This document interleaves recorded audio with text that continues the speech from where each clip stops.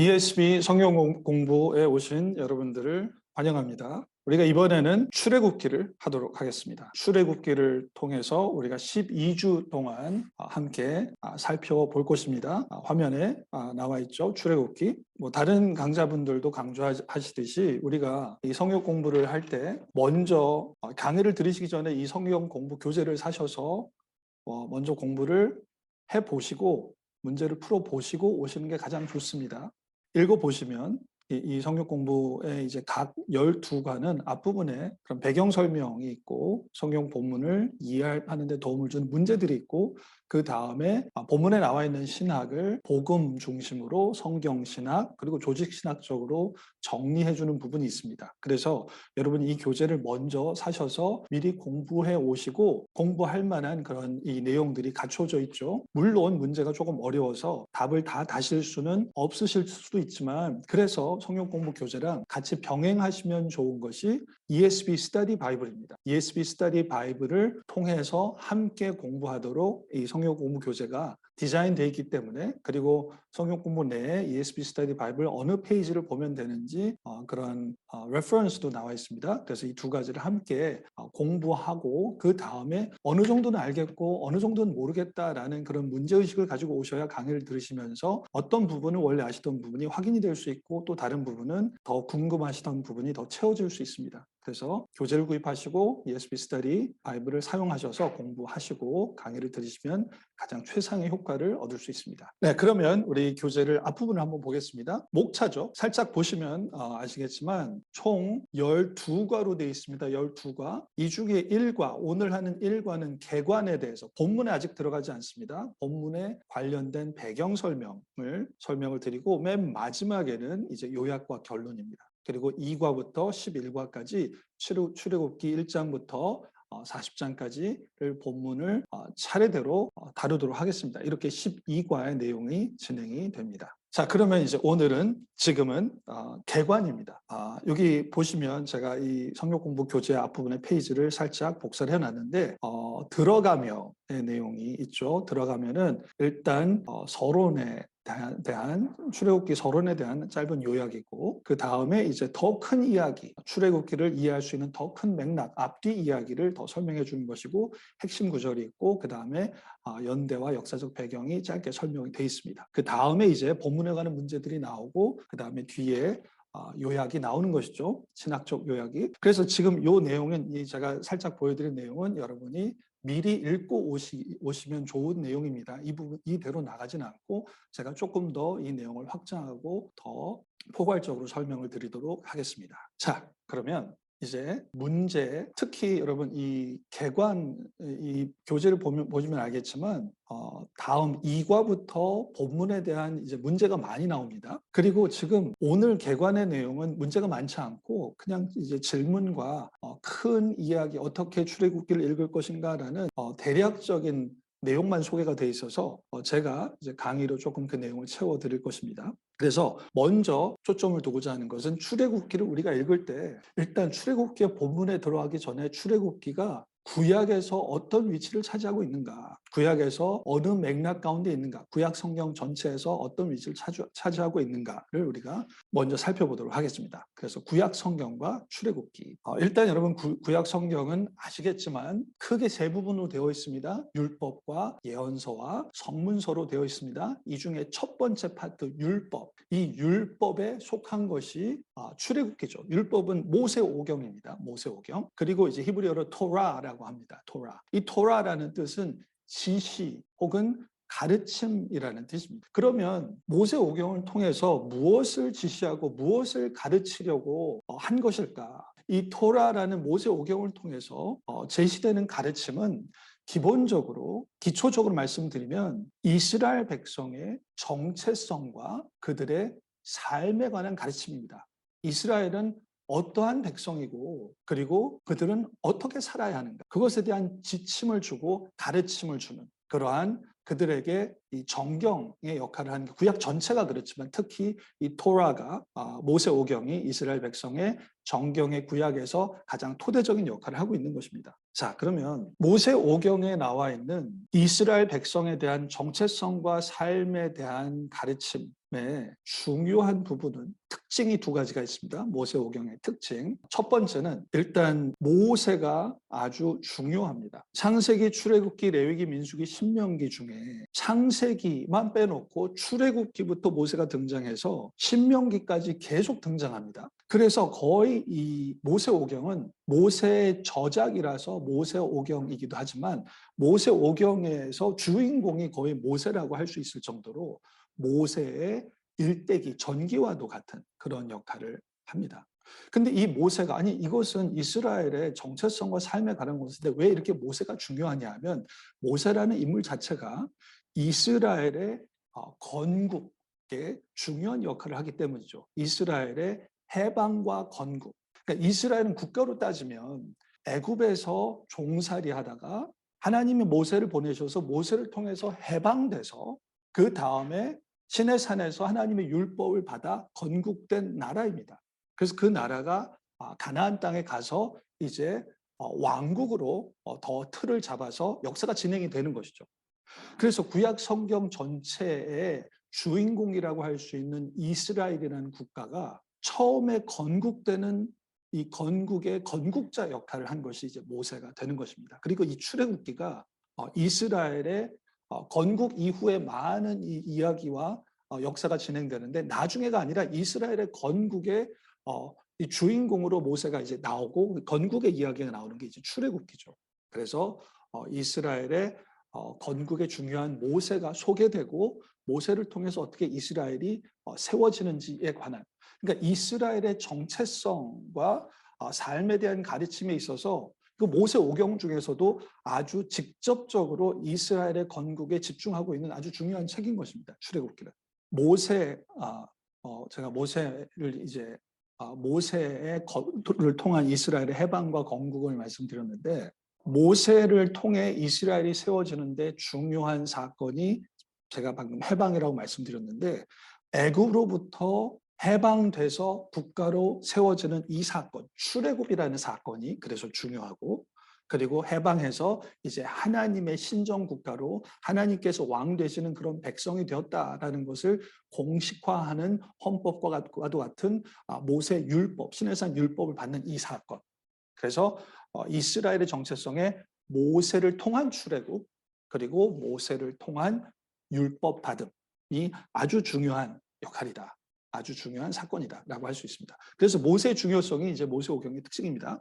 그 다음에 두 번째는 뭐냐면 자 만약에 이렇게 모세가 중요하구나 이스라엘의 어떠한 정체성과 삶이 중요하구나라고 얘기할 수 있는데 그러면 우리가 그냥 일반적으로 다른 나라나 그런 거 봤을 때 뭐 헌법 하면은 결국 규율이잖아요. 어떻게 이 국민의 삶이 정치, 경제, 사회, 문화 어떠한 삶을 살아야 되는지 틀과 규정을 해주는 이 법전과 물론 이 나라를 지은 자에 대한 이야기까지 있으면 좋겠지만 그러한 건국 이야기 어느 정도 있고 그 다음에 건국의 모습에 대한 헌법만 있으면 되죠. 그래서 만약에 이스라엘 건국 문서와 이스라엘의 이런 정체성과 관한 가르침에 관한 거라면 그냥 이스라엘 백성이 지켜야 되는 율법이 구체적인 조항이 나와 있는 레위기가 어떻게 하나님께 예배할 것인가 어떻게 하나님 백성으로 거룩하게 살 것인가의 규정이 담겨 있으니까 레위기만 있으면 되지 않을까? 물론 그러면 어떻게 나라가 이루어졌는지에 관한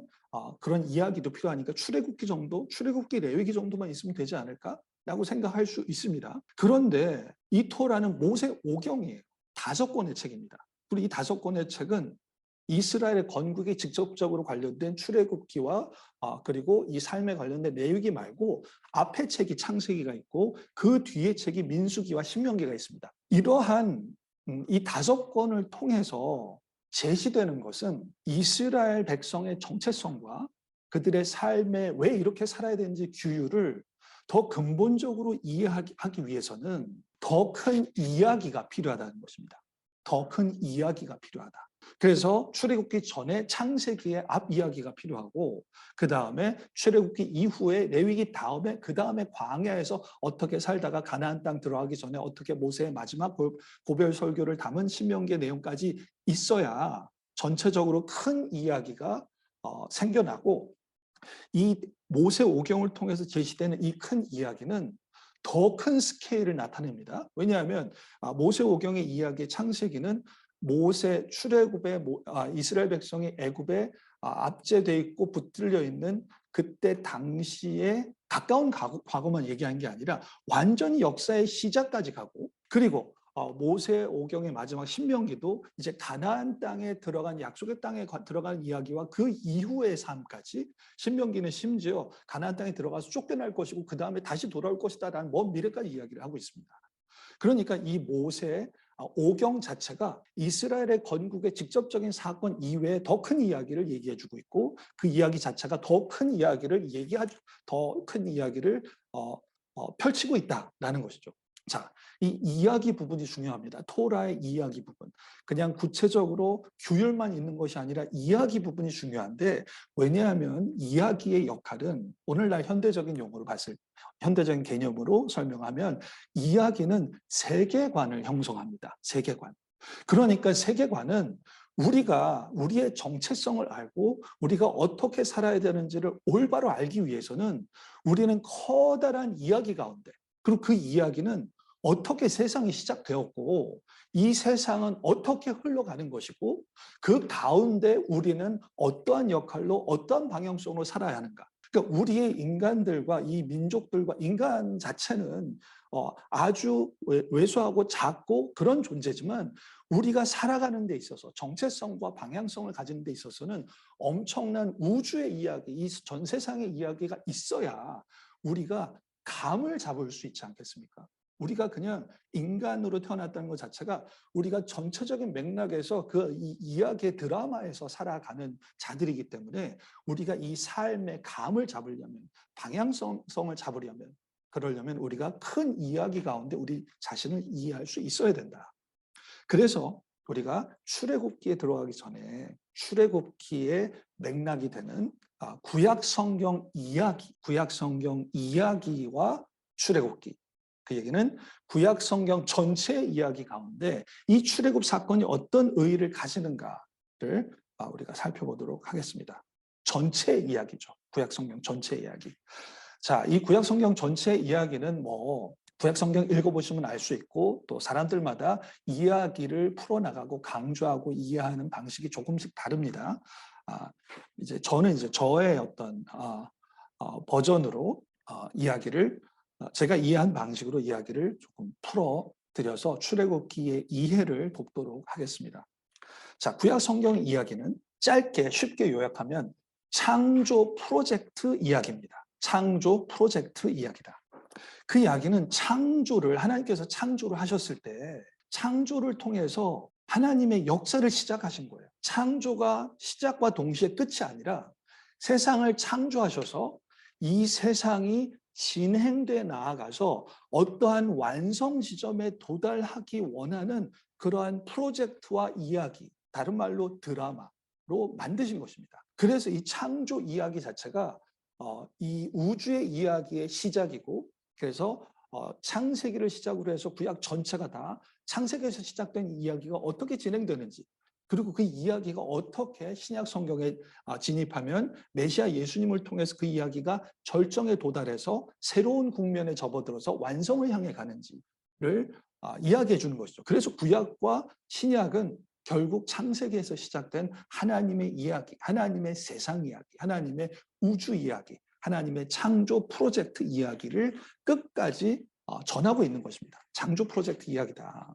그러면 그럼 이 하나님의 창조 프로젝트를 어떻게 짧게 요약할 수 있을까? 창조 프로젝트의 목적은 무엇인가? 하나님께서 세상을 만드신 다음에, 하나님은 세상을 만드실 필요가 없으셨는데도 불구하고 하나님은 충분하신데, 하나님은 삼위일체 하나님으로서 충분히 만족하시고 충만하신데, 그럼에도 불구하고 하나님의 성품 때문에 이 세상을 만들었습니다. 그런데 그 만드신 것은 하나님이 뭔가 하나님의 충만하심이 너무 넘쳐서 물이 가득 차면 방향성 없이 흐르듯이 그냥 방향성 없이 이 세상이 창조된 게 아니라 하나님의 어떠한 구체적인 성품에 근거한 방향성과 목적을 가지고 만드신 것이죠. 그래서 그 목적이 무엇이냐? 성경 구약에서 신약까지 쭉 전체적으로 흘러나가는 그러한 목적은 쉽게 제가 아주 요약을 하면 하나님의 가족 나라에 만들고자 하는 그러한 목적을 가진 것입니다. 그 얘기는 하나님께서 세상을 만드신 다음에 하나님의 에덴으로부터 시작하셔서 그 다음에 이 세상이 하나님의 왕 되신 하나님의 통치와 임재가 있는 나라, 하나님 나라가 되고 아버지 되신 하나님이 거하시는 하나님의 집 가정과 같이 되는 것. 하나님의 가정 나라로 만드시는 것이 하나님의 창조를 하신 목적이다라는 것입니다.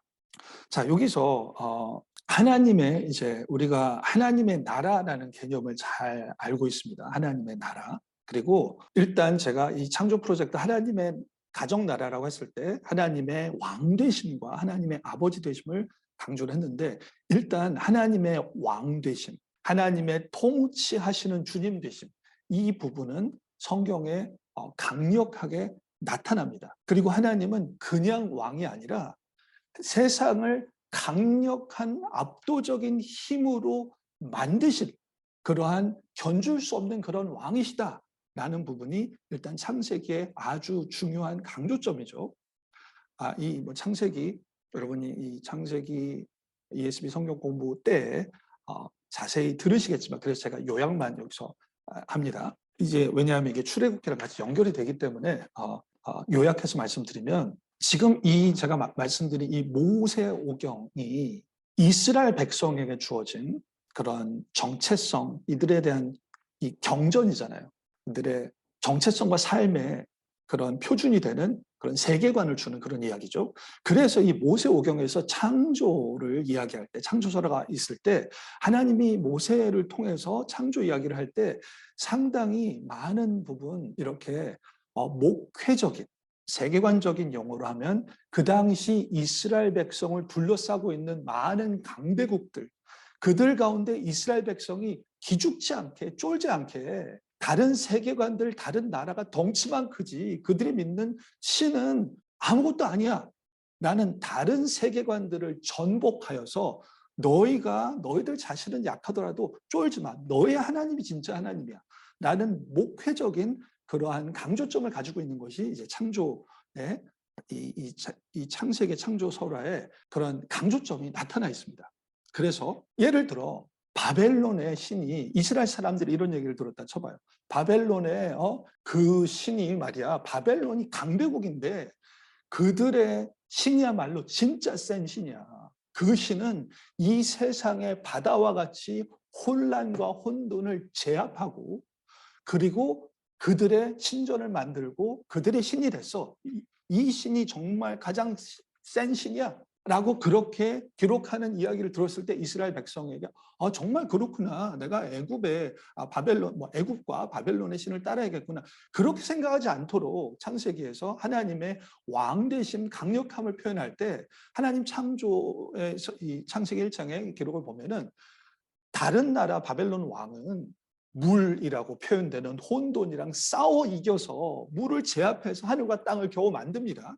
근데 하나님은 창세기 1장 2절에 보면 흑암과 혼돈이 그냥 있었어요. 흑암과 혼돈이 하나님을 위협하는 어떤 싸워서 이겨야 되는 대상조차도 아니에요. 그냥 흑암과 혼돈이 있었고 마치 하나님 앞에서 얌전한 마치 하나님이 세상을 만드시기 전에 어떠한 그런 이 토기장이가 토기를 만들기 전에 반죽이 있듯이 아무런 위협적인 존재가 아니고 심지어 하나님이 세상을 만드실 때 말씀으로 하셔서 이 물이 혼돈으로 상징되는 다른 나라 신들은 겨우 싸워서 이겨야 되는 이 물이라는 혼돈이 그냥 하나님의 말씀으로 순종해서 물이 위로 올라가고 밑으로 올라가서 하늘이 만들어지고 밑에 있는 물 한쪽으로 모아서 땅이 만들어집니다. 그래서 이스라엘 너의 하나님이 진정한 강자 왕이셔. 다른 나라의 신들과 비교할 수 없는 말씀으로 이 모든 물을 제압하시고 하늘과 땅을 만드신 그런 분이야. 이스라엘 백성이 만약에 또 애굽에 있었을 때는 태양이 이 모든 빛을 비춰주는 태양신이 진정한 신이고 달신이 신이고 우리 밤에 비춰주는 이 다른 신이 달이 신이야. 태양을 숭상하고 달을 숭상하고 창조설화에서 무슨 소리야? 빛이라는 것 자체가 태양으로부터 나오고 달로부터 나온 것이 아니라 하나님이 둘째 날에 빛을 창조하셨고 빛을 담는 광명체 태양과 달과 그런 모든 별들은 하나님께서 빛을 담을 수 있는 그런 그릇과 같이 램프 등같이 네 번째 날에 만드신 거야. 그래서 그냥 하나님께서 만드신 그런 부속물 하나님께 만드신 피조물에 지나지 않아. 그것들은 숭상할 가치가 없고 이스라엘의 하나님이 진정한 창조주이셔. 압도적인 왕의 능력으로 다른 어떠한 나라의 신들과 견줄 수 없는 능력으로 세상을 너무나 강력하게 압도적으로 창조하신 그 하나님이 너의 하나님이고 그래서 세상을 만드신 다음에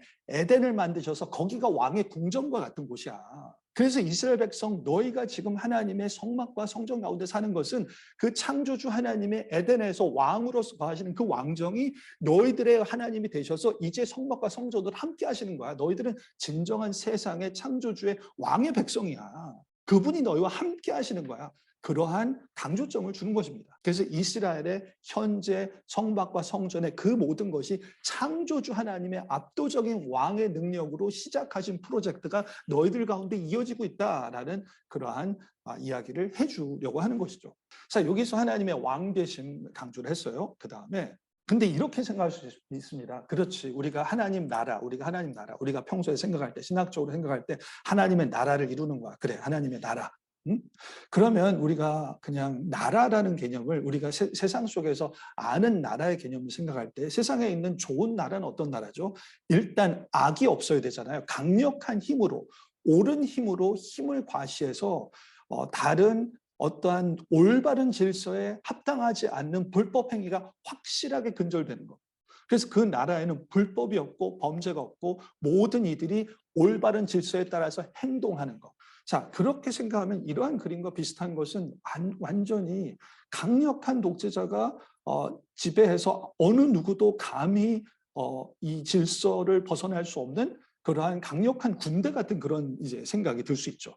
그래서 이런 식으로 하나님 나라를 생각하면 그냥 질서와 어떠한 하나님의 강력한 강제적인 강압적인 어떤 질서 유지 그런 식으로만 생각할 수 있습니다. 그런데 우리는 우리 자신을 보더라도 우리가 온전하게 행복하게 사는 데는 아니 아무리 질서가 잘 잡히고 그런 군대 같은 그런 삶을 살더라도 우리 인간의 욕망은 많은 게죠. 우리는 사랑도 하고 돌봄도 필요하고 많은 욕망들이 있는데 하나님께서는 인간을 만드셨을 때 그리고 이 세상을 만드셨을 때 그냥 왕으로서 정치적인 나라로만 만든 게 아니라 하나님은 아버지로서 이 나라를 가정으로 가족으로 만드시기도 했습니다. 그래서 하나님은 왕이시지만 아버지신 거죠. 아버지. 그래서 가정 나라이다. 그래서 하나님 나라 이루어졌을 때는 그 안에 있는 하나님 백성들은 올바로 행하고 불법을 저지르지 않을 뿐만 아니라 우리의 나약함, 돌봄과 필요를 하나님이 채워주시고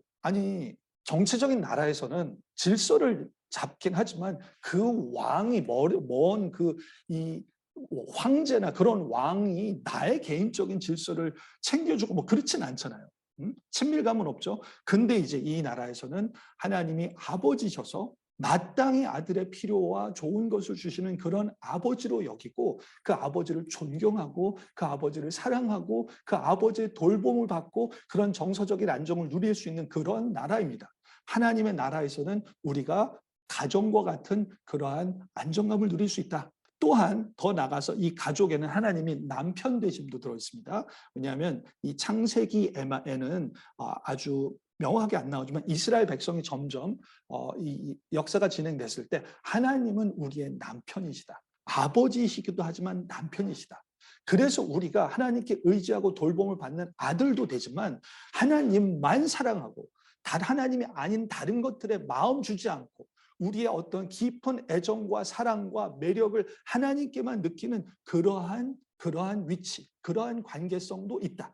그래서 하나님의 가정 나라에서는 우리는 왕 대신 아버지를 존경하고 사랑하고 의지하고 왕 되신 남편을 우리가 사랑하고 그분께만 마음과 이 정성과 정결한 마음을 드리는 그러한 삶이 이루어지는 것입니다. 사실 우리가 인간의 삶에서 봤을 때 이러한 어떤 왕국에서 느끼는 안정감, 그런 가정에서 느끼는 부모에게 느끼는 안정감, 또 부부에게 느끼는 그러한 어떠한 이 애정적인 안정감, 이 모든 게 인간이 사는데 필요한데 하나님이 그것을 만족시켜 주실 수 있고 채워 주실 수 있는 그러한 존재이시라는 것입니다.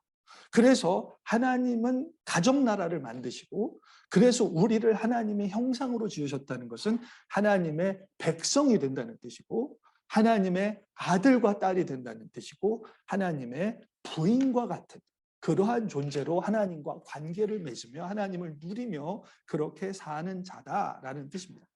자, 여기서 한 단계 더 나갑니다. 하나님께서 이러한 창조 프로젝트, 하나님의 가정 나라를 만드시고 이렇게 만드시는데 그게 하나님 목표신데 하나님이 이것을 이루시는 방법이 있습니다. 방법을 어떻게 하시냐, 수단이 어떻게 하시냐. 하나님이 워낙 강력하시고 하나님께서 불가능한 게 없으시기 때문에 하나님이 이 나라를 직접 이루실 수도 있습니다. 하나님이 직접 하나님의 가정 나라를 다 이루신 다음에 그 다음에 인간을 집단적으로 한꺼번에 창조하셔서 이제 자 너희는 내 백성이고 내 아내고 내 아들이다 그렇게 하실 수도 있는데 하나님은 에덴 동산에서 아담과 이브만 창조하시고 그 다음에 아담과 이브에게 하나님의 형상으로 만드셔서 물론 하나님의 백성, 하나님의 아들, 하나님의 남편으로 관계를 맺기도 하지만 거기에 추가하여서 너희들에게 하나님 형상을 만든 다음에 생육하고 번성하고 땅을 가득 채워라. 땅에 충만하라. 그리고 땅을 정복하고 땅에 있는 모든 것, 피조세계 모든 것, 하늘에 있는 새와 바다에 있는 생물들과 땅에 있는 동물들 다 다스리라 라고 명령을 내리십니다. 이것 자체가 하나님은 에덴을 베이스로 해서 하나님의 아담과 아담의 자손을 통해서 생육하고 번성해서 하나님의 왕권이 실현되고 이 세상 피조세계 끝 이제 구석구석까지 실현시키길 원하시는구나. 이 하나님의 나라를 에덴을 전 세상에 확장해서 하나님의 가정 나라로 완성시키시는데 아담과 아담의 자손을 통해서 행하시는구나. 그래서 생육하고 번성하고 다스려라 했을 때 이 부분은 이 땅을 채워서 다스려라 왕의 신분입니다. 왕의 사역입니다. 왕으로 하나님이 진정한 왕이신데 너희들은 하나님을 대리하는 하나님의 왕권을 세상을 가득 채워서 그 부분 그 구석구석을 채우는 그러한 왕의 역할을 하여라 라고 대리 통치자 왕의 역할을 주십니다. 그래서 우리는 하나님의 대리 통치자구나. 근데 하나님의 왕 되심이 아까 말씀드린 것 같이 왕과 가정왕이라고 그랬죠. 그러니까 우리가 하나님의 백성으로 이 세상에 다스릴 때 왕으로 다스린다는 것은 질서가 잡혀지고 그리고 가정과 같은 공동체가 세워지게 하는 것, 그러한 하나님의 나라, 가정 나라를 구현하는 그러한 역할을 하는 것입니다. 그런데 이 왕과 같은 역할과 더불어서 제사장 역할도 있습니다. 제사장은 창세기 2장 15절에 에덴을 가꾸는 일이 나중에 이제 레위인들이 성전을 가꾸는 성전을 지키고 그리고 관리하는 그 일과 같은 일맥상통하는 일입니다. 같은 표현이에요. 그래서 이 제사장 역할은 그러면 어떻게 되는 것일까? 그렇죠. 왕으로 세상을 채우고 다스려서 하나님의 다스림이 실현되는 그 영역은 이제 하나님의 가정 나라가 실현되는 그 지역입니다. 그럼 새롭게 그 된 지역을 하나님께 바치는 것이죠. 제사장과 같이. 이제 하나님이 거하실 만한 왕국입니다. 하나님이 신으로서 거하실 만한 신전입니다. 하나님 아버지로 거하실 만한 그러한 처소입니다. 그렇게 해서 드리는 것입니다. 그래서 왕으로서 채우고 다스려서 제사장으로서 하나님께 드리고 하나님께서 거하실 만하게 그렇게 유지하는 제사장 왕의 역할, 인간을 제사장 왕의 역할로 하나님은 창조 프로젝트, 가족 나라를 이루고야 하신다, 이루기를 원하신다라는 뜻입니다. 짧게만 한 가지 정도 말씀드리면 우리가 인간이 이러한 제사장 왕의 특권을 가졌다는 것은 너무나 놀라운 특권입니다. 아니 우리는 다 흙으로부터 빚어졌죠. 우리는 다 흙수저 출신입니다. 다 뭐 동물과 식물도 흙으로부터 났고 우리도 흙으로부터 빚어졌는데 하나님이 우리에게 하나님의 숨을 불어넣어 주셔서 하나님의 형상으로 만들어 주심으로 우리가 다른 어떠한 생물체와 다르게 하나님의 백성 되고 하나님의 아들 되고 하나님의 부인돼서 하나님과 관계를 누릴 수 있는 것, 하나님을 이해하고 하나님의 충만하심, 하나님의 만족스러우심, 하나님의 이 위대한 인격과 마음과 하나님의 능력을 누릴 수 있는 것, 아니 그것만으로도 정말 대단하지 않습니까? 하나님이 아니 우리 자신과 이 세상은 하나님이 만드신, 하나님은 이 세상과 비교하실 수 없는 엄청나신 하나님의 영광스러움과 위엄은 이 세상의 어떤 것과도 비교할 수 없는 그러한 엄청나신 분인데, 우리가 그 하나님을 이해할 수 있다는 거예요. 그 하나님을 누리고 그 하나님을 향유할 수 있고 하나님을 인정하고 하나님과 관계를 맺을 수 있다는 것 자체가 그것만으로도 엄청난 거죠. 어떻게 우리 흙수저 주신 우리한테 이런 능력을 주셨을까? 이것만도 사실 묵상하면 너무나 대단합니다. 그런데 우리에게 제사장 왕, 하나님의 왕권까지 부여하셔서 우리는 이 세상에 속하는 자일 뿐인데, 우리가 이 세상을 비교했을 때 우리는 너무나 나약한 자일 뿐인데, 그런데 하나님이 이 세상을 다스리는 초월자적인 강력한 왕의 능력을 부여하시고 그런 관점을 부여하시고 그런 마인드와 관점을 가지고 세상을 감히 다스리는 존재로 여긴다는 것 자체가, 이것은 말도 안 되는 특권을 하나님께서 주신 것입니다. 그래서 너무나 묵상하면 할수록 인간됨, 하나님의 백성 된다는 게, 하나님이 하나님의 형상으로 만드셔서 이 강력한 다른 어떤 나라의 신들과 비교할 수 없는 강력한 이 왕과, 그리고 아버지 되신 그런 그 강력한 왕, 말씀으로 세상을 창조하신, 없는 가운데 있는 것을 부르신 그 왕과 교제하고 가정을 누리는 것뿐만 아니라 그 왕권에 동참한다는 거, 말도 안 되는 엄청난 특권입니다. 정말 더 많이 묵상해야 할 필요가 있는 그런 내용이죠. 하지만 우리가 진도를 나가야 되기 때문에 그래서 하나님께서 우리를 통하여 형상 백성을 통해서 이들을 통해서 이들과 함께 하나님의 가정 나라를 이루신다는 것, 이 프로젝트 자체도 어마어마한데 이 프로젝트를 진행해 나가시는 원동력입니다. 원동력. 하나님이 이 나라, 하나님의 가정 나라를 이루고자 하는 하나님의 이 능력과 하나님의 방향성이 있어요. 자, 그런데 이 방향성이 우리가 이렇게 생각할 수 있습니다. 하나님은 이러한 창조 프로젝트 대단하셔. 야심차게 시작을 했어요. 시작을 하는데 잘 안 돼요. 잘 안 되면 하나님이 어차피 이 창조 프로젝트를 하나님이 아쉬우셔서 필요가 있으셔서 해야 되니까가 아니라 자발적으로 하셨으면, 창조 프로젝트가 잘 하다가 안 되면 아쉬울 것 없잖아요. 그냥 그만 여기까지.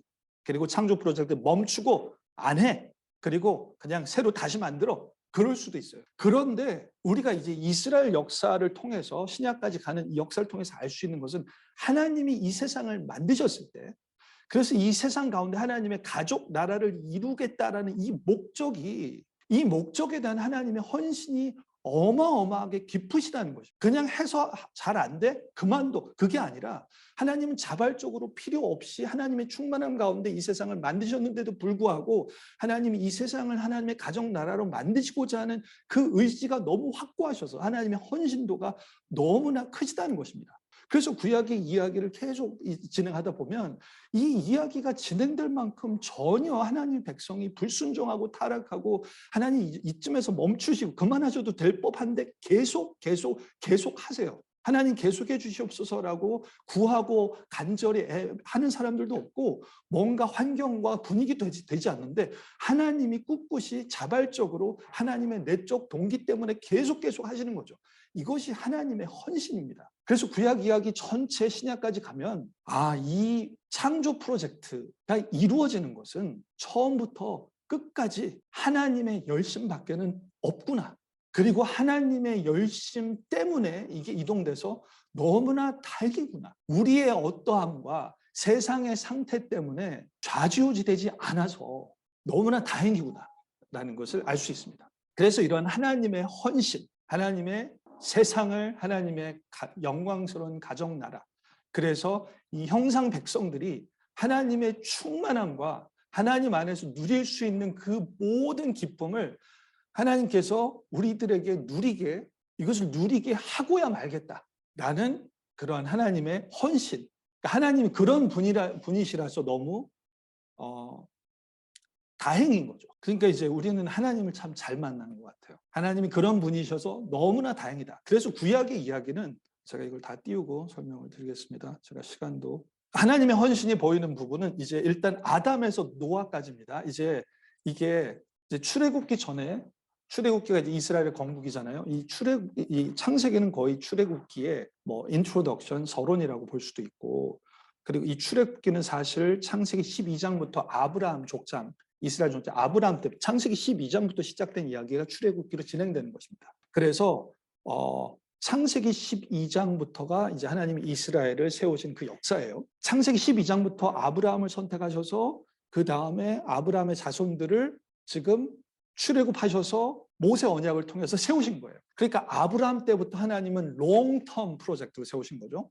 근데 그 전에 1장부터 11장까지 노아 때까지 아브라함 선택되기 전까지 그때 이야기가 이제 인류 전체의 이제 이야기인데, 그때 이야기를 통해서 뭐 여러 가지 복잡한 그런 의미들이 다 있습니다. 근데 그 중에 중요한 의미는 하나님이 아담의 타락 이후에 하나님이 이 창조 프로젝트를 계속 하세요. 타락 이후에 아담 타락한 이후에 마치 댐이 무너지듯이 상황이 악화됩니다. 환경도 악해지고 사람의 내면도 악해지고, 그래서 가인이 이 아벨을 죽이죠. 아담과 이브는 뱀이 겨우 꼬드기고 그래서 겨우겨우 이렇게 속아 넘어져서, 그래서 하나님께 불순종했다면 가인은 그냥 하나님께서 네 죄를 다스려라 그런데 그냥 하나님 말 완전 무시하고 바로 그냥 죽여버립니다. 아벨을. 이 죄가 가속화돼서 결국은 노아의 홍수에 이르기까지 인류가 다 타락한 거예요. 그래서 하나님께서 더 이상 하나님이 이러한 이 불신앙과 반역을 그냥 좌시하는 분이 아니다라는 하나님의 성품을 보여주기 위해서 노아의 홍수를 통해서 심판하십니다. 홍수의 그 물들은 하나님께서 이 물을 제압해서 세상을 만드셨을 때 하늘 위에 있고 땅 밑에 있던 그 물들이에요. 그러니까 이 노아의 홍수는 하나님이 창조 전에, 하나님 창조 프로젝트 하지 않겠다, 나는 후퇴한다, 창조 전의 상태로 돌아간다, 하나님 창조 프로젝트 진행하지 않을 거야, 그러한 죄와 불순종에 대해서 하나님께서 그럼에도 불구하고 나는 창조 프로젝트를 해서 너희들과 함께 있는 게 좋아, 내가 너희들의 왕이고 너희들이 나를 반역하던 막 살던 괜찮아, 그런 하나님이 아니다 라는 것을 보여주는 것입니다. 그래서 하나님께서 죄가 있을 경우 심판한다라는 걸 보여주신 거예요. 그런데 노아 홍수가 끝이 아니죠. 노아 홍수를 통해서 심판하신 다음에 노아와 노아의 자손을 통해서 하나님이 창조 프로젝트를 이어가십니다. 아담과 아담 자손을 통해서 시작하신 창조 프로젝트를 이제 노아 자손을 통해서 이어가세요. 자, 그럼 야심차게 다시 시작했죠. 다시 노아 인류를 통해서 시작하는데 거기서 바벨탑 사건으로 또 도달합니다. 인류가 다 하나님께서 생육하고 번성하고 다스려라, 뻗어나가라, 하나님 나라 왕권을 이루라. 근데 서로 모였죠. 함께 모였습니다. 하나님의 이름을 위한 하나님의 나라를 대리 통치자로 다스리는 것이 아니라 자기네가 왕이 되기 위해서 하나님의 반역 정신을 탑을 쌓아서 표현했어요. 그러니까 완전 전 인류의 반역화입니다. 자, 이 정도면, 노아의 홍수 정도면, 이 정도 되면 이제 인류의 정체는 드러났어요. 자, 아담의 타락 이후 너희는 더 이상 내가 가정 나라를 이룰 만한 그런 사람들이 아니야 라는 것을, 그 정도 이 정도 정체가 드러났으면 이제 노아 홍수 바벨탑 하면 그냥 끝날 법도 한데, 하나님이 그럼에도 불구하고 아브라함을 통해서 롱텀 프로젝트를 만드십니다. 내가 이제 아담과 아담의 자손을 통해서 시작한 일을 노아와 노아 자손을 통해서 이어가는 것을 이제 아브라함과 아브라함 자손을 통해서 내가 이어갈 거야 라는 것을 말씀하십니다. 아니, 롱텀 프로젝트를 하시는 거예요. 그냥 이 정도면 끝내도 될 만한 그 시점에서 롱텀 프로젝트를 시작하십니다. 사실 이 롱텀 프로젝트가 시작될 거다라는 것을 알 수 있는 게 노아의 언약 자체가 내가 다시는 홍수 심판을 끝날까지 하지 않겠다라는 그 약속을 하시잖아요. 그 얘기가 내가 심판을 세상 끝날까지 일단 보류할 거야. 심판을 영원히 안 한다는 뜻이 아니라 일단 세상 끝나고 나중에 최후의 심판으로 할 것이고, 일단 심판은 그때까지 보류할 거야. 그러니까 거기서부터가 하나님께서 진도를, 창조 프로젝트를 일단 이들의 정체를 파악했는데도 불구하고 내가 지속해서 가리라 라는 하나님의 의지를 나타낸 것입니다. 더군다나 그것만으로도 감사한데 아브라함을 통해서 언약을 맺으시면서 창세기 15장에 아브라함 언약을 맺으시면서 하나님이 목숨을 걸고 맹세하세요. 아브라함아, 내가 네 자손을 통해서 창조 프로젝트를 이룰 것인데 아담에게 생육하고 번성하고 세상을 다스리고 가득 차워서 다스리라라는 것을 아브라함에게는 네 자손이 별과 같이 모래같이 많게 하여지겠고 세상을 가득 채우는 거죠. 그래서 땅을 주리라, 땅을 정복하고 다스리는 거 하나님께 주신다는 뜻입니다. 그러니까 아브라함을 통해서 창조 프로젝트 완성하겠다라는 거예요. 자, 그러면 오케이. 노아를 통해서 이루어진 거 아브라함을 통해서 재개하는 거예요. 그러면 하나님께서 그래, 내가 너희들의 정체를 아니 아브라함을 통해서 마지막 시도를 한번 하기는 하겠는데 이렇게 하다가 또 안 될 수도 있을 것 같은데 한번 보겠어. 그 정도로 시작하면 괜찮은데 하나님이 아브라함에게 목숨을 걸고 맹세하시면서 내가 목숨을 걸고 내가 정말로 네 자손을 통해서 이루고야 말 거야. 무조건. 내가 이루지 않으면 내가 이렇게 죽을 거야. 동물을 쪼개놓고 그 사이를 지나가신 다음에 그렇게 목숨을 거십니다. 아니 이들의 정체를 다 알고 있는데도 불구하고 그럼에도 불구하고 목숨을 거시는 그런 역할을 그러한 표현을 하신 거예요.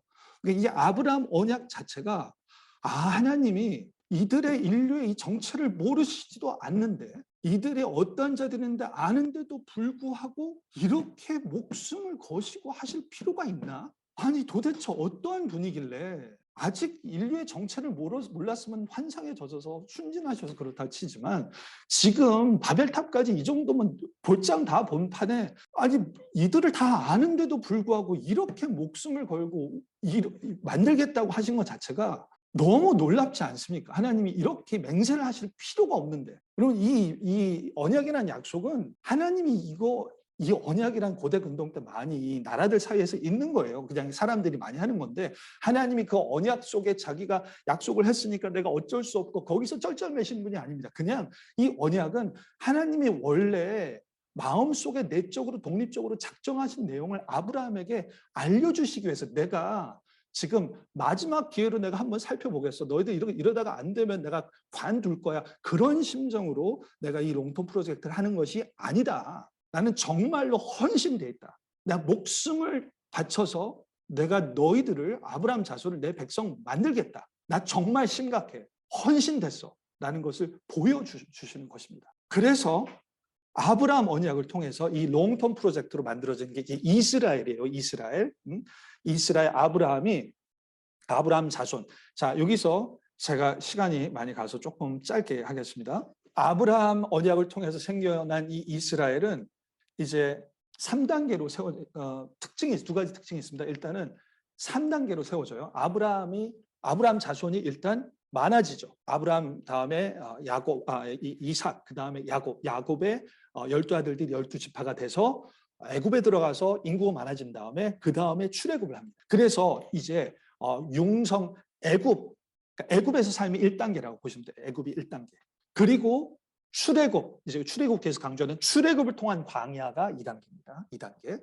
그 다음에 약속의 땅에 들어가는 게 3단계예요. 그래서 아브라함을 통한 하나님의 약속은 결국 가나안 땅에 약속의 땅에 들어가서 국가적으로 정착했을 때 그때 일단 완성이 됩니다. 임시적으로 3단계예요.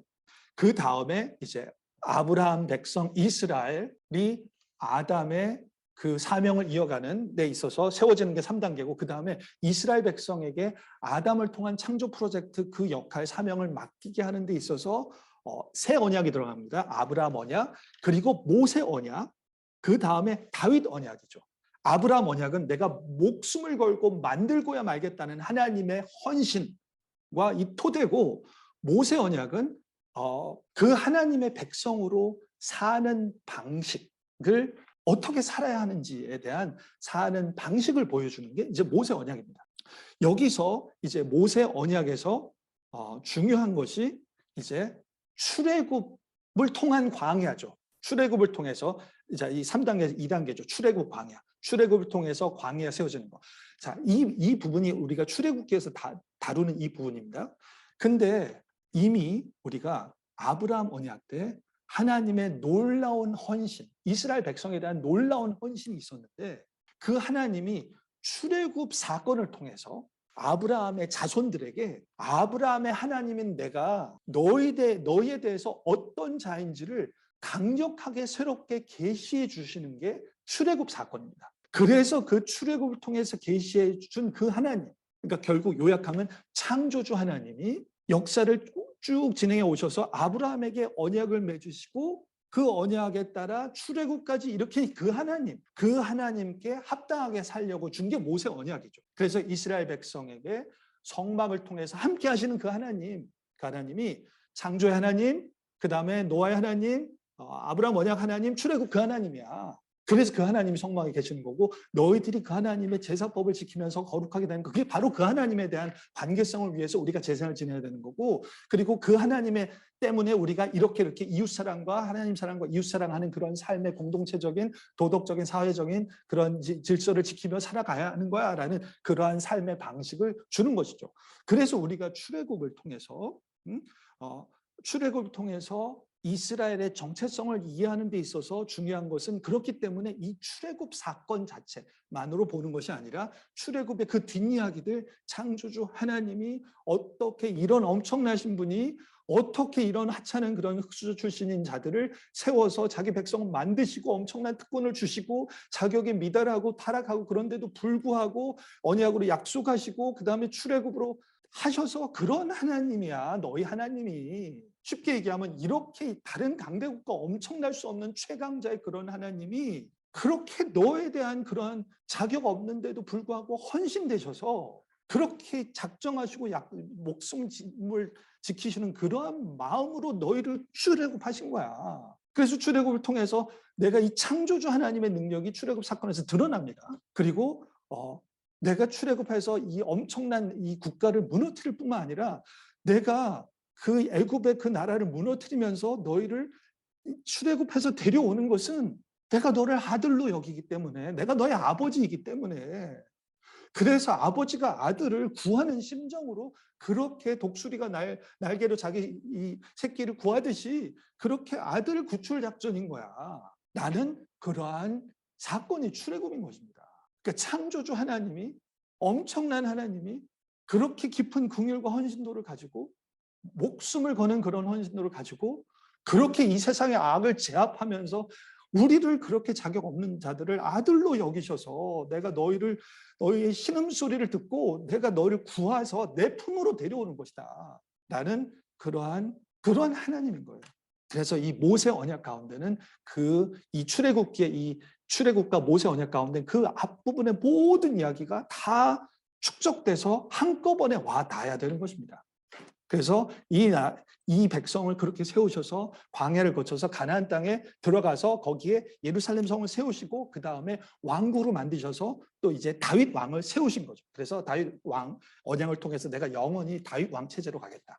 그러니까 아브라함, 모세, 다윗 언약을 통해서 알 수 있는 것은 이 이스라엘의 하나님, 창조주 하나님인데 그렇게 엄청나게 우리가 왕권을 주시고 왕과 제사장을 만드시고 가정나라를 만드시고자 하는 그 하나님이 죄에도 불구하고 이렇게 역사를 진행하신 그 하나님이 이제 너의 하나님 자기 백성을 아브라함, 모세, 다윗 언약을 통해서 규정하셔서 그 하나님의 백성은 이제 아브라함의 자손이 되고, 그 하나님의 백성은 모세의 백성이 되고, 그 하나님의 백성은 다윗 왕의 통치의 백성이 되는 거야. 그래서 다윗, 아브라함, 모세, 다윗이라는 그 이름이 하나님이 지금까지 이루어오신 그 이야기와 이스라엘 백성에 향하시는 그런 마음, 그들과 맺으신 그런 관계, 사연, 모든 것이 집약되어 있는 그런 언약인 것입니다.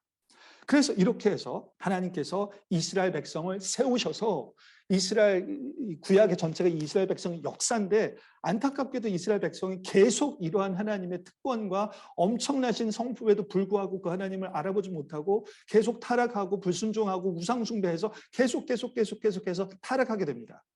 그래서 하나님께서 오래 참으시고 하다가 더 이상 참는 것은 하나님의 성품의 훼손이 되고, 더 이상 참으면 내가 죄를 간과하는 자같이 그렇게 여겨질 수 있어서, 그래서 하나님께서 포로를 보내시고 그 다음에 포로 잡혀간 이스라엘 백성, 그래서 포로기가 되고, 그 다음에 포로기에서 거기서 또 끝내지도 않으세요. 포로기에서 끝내지 않으시고 그 다음에 이스라엘 백성 다시 회복시킬 거야. 포로기가 끝이 아니야. 하나님 끈질기시죠. 하나님이 포로기가 끝이 아니야. 포로 귀환이 있을 거야. 그때 회복될 거야. 그러면서 그 포로 귀환을 통해서 나중에 회복되는 거는 진짜로 이제 그렇게 회복되면 끝까지 간다. 제대로 회복된다. 다시 겨우 회복해놨더니 또 타락할 수 있게, 그렇게 아니라 더 강력하게 새롭게 회복할 거야. 나는 진정한 최종적인 회복에 대한 기대를 가지고 그 다음에 중간기가 시작이 되고, 그 다음에 신약까지 가서 예수님을 통해서 그 궁극적인 최종적인 회복이 예수님을 통해서 이루어졌다. 예수님이 실현하시고 완성시키실 것이다. 그렇게 이야기가 진행이 되는 것입니다. 자, 그래서 시간이 좀 많이 지났어요. 제가 처음이다 보니까 지금 시간 조절을 잘 못했는데 지금 시간이 좀 많이 갔습니다. 우리가 신약 성경과 이제 출애굽기 부분을 제가 빨리 넘어가겠습니다. 신약 성경에 가서 이 부분만 제가 강조를 할게요. 신약 성경에 가서 이 출애굽기가 왜 신약에 의의가 있냐면, 하나님께서 출애굽을 통해서 이 이스라엘 백성을 하나님의 창조 프로젝트 백성으로 세우셨죠. 그 다음에 이스라엘 백성이 아까 전에 쭉 타락해서 포로 잡혀갔다고 그랬죠. 그래서 이 포로기를 통해서 궁극적으로 회복을 꿈꾼다고 그랬죠. 선지서들과 구약에. 그 회복이 일어날 때 그 회복이 마치 처음 이스라엘 세웠을 때 애굽에서 종로를 타고 종살이 하다가 출애굽을 통해서 하나님 백성으로 데려오셨던 하나님의 강력한 능력과 애정과 사랑과 성품을 표현했던 그 사건, 그런 식으로 새 출애굽이 일어날 거야. 새 출애굽을 통한 회복은 강력한 회복이고 최종적인 회복이 될 거야. 그리고 이 새 출애굽은 첫 번째 출애굽과 비교할 수 없는 하나님의 더 큰 능력과 하나님의 더 큰, 이미 새 출애굽 전에도 하나님의 능력과 성품이 너무나 놀랍게 드러났는데 그때는 더 강력하게 더 깊게 드러날 거야. 나는 새 출애굽에 대한 그런 기대가 있는데, 신약에서 예수님의 사건이 바로 그 새 출애굽이다. 예수님의 사건은 새 출애굽, 하나님의 이스라엘의 지금까지 역사를 성취시키는 것으로서 하나님께서 새 출애굽을 예수님 통해 이루신 이 새 출애굽은 단순히 애굽 같은 나라에서 구원하는 게 아니라 우주를 장악하고 있는 죄와 사망과 사탄으로부터 구원하는, 그렇게 끄집어내는, 승리하는 그런 사건이고, 대리자는 모세가 아니라 메시아 예수 그리스도, 삼위일체 하나님의 성부 하나님이 메시아로 오셔서 이끌어내시는 그러한 메시아 예수님이 될 것이고, 방법은 예수님의 십자가 부활 승천으로 이루어질 것이다.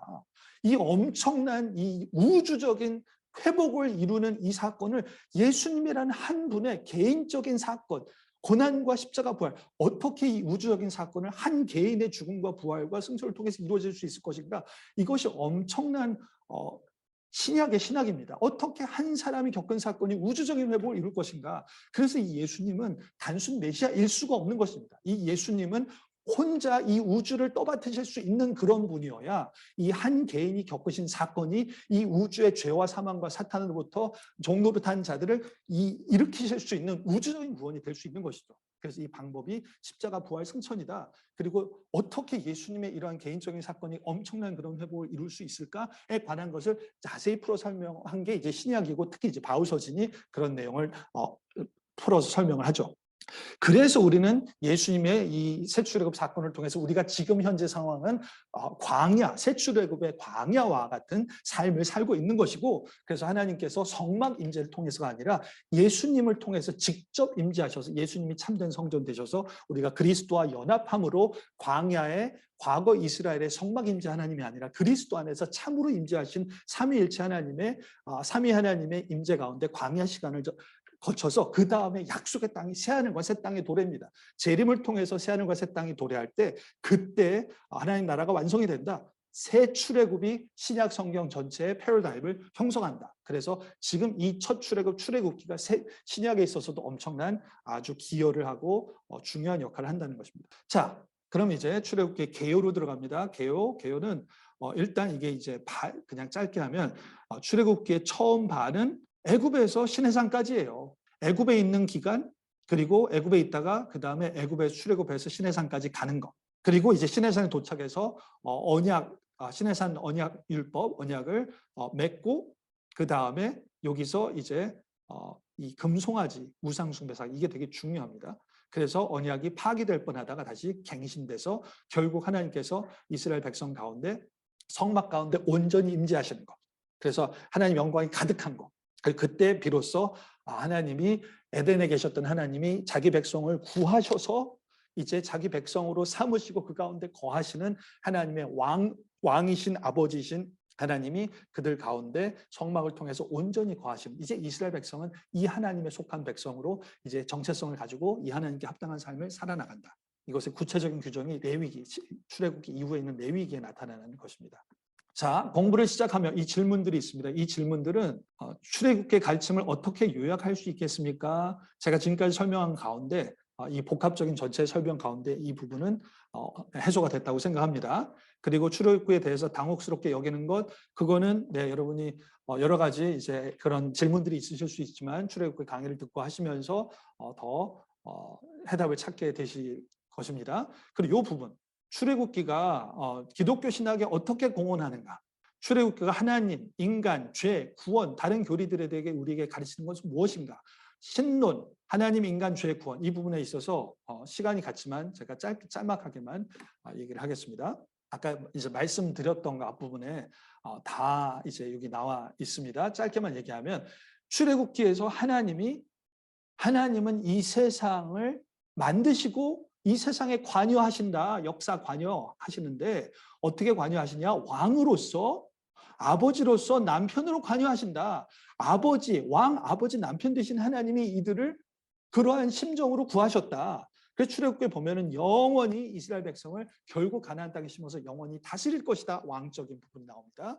그리고 이스라엘 백성을 내 아들 장자로 여기시는 부분이 나오죠. 그리고 이스라엘 백성에게 이 질투하는 하나님이다라는 걸 얘기하죠. 하나님, 남편 되신 하나님의 그러한 성품을 나타내는 것입니다. 이러한 하나님이, 왕, 아버지, 남편 되신 하나님이 이 하나님 백성의 죄도 불구하고 이러한 하나님이, 왕, 아버지, 남편 되신 하나님이 사랑과 헌신을 가지고 계신다.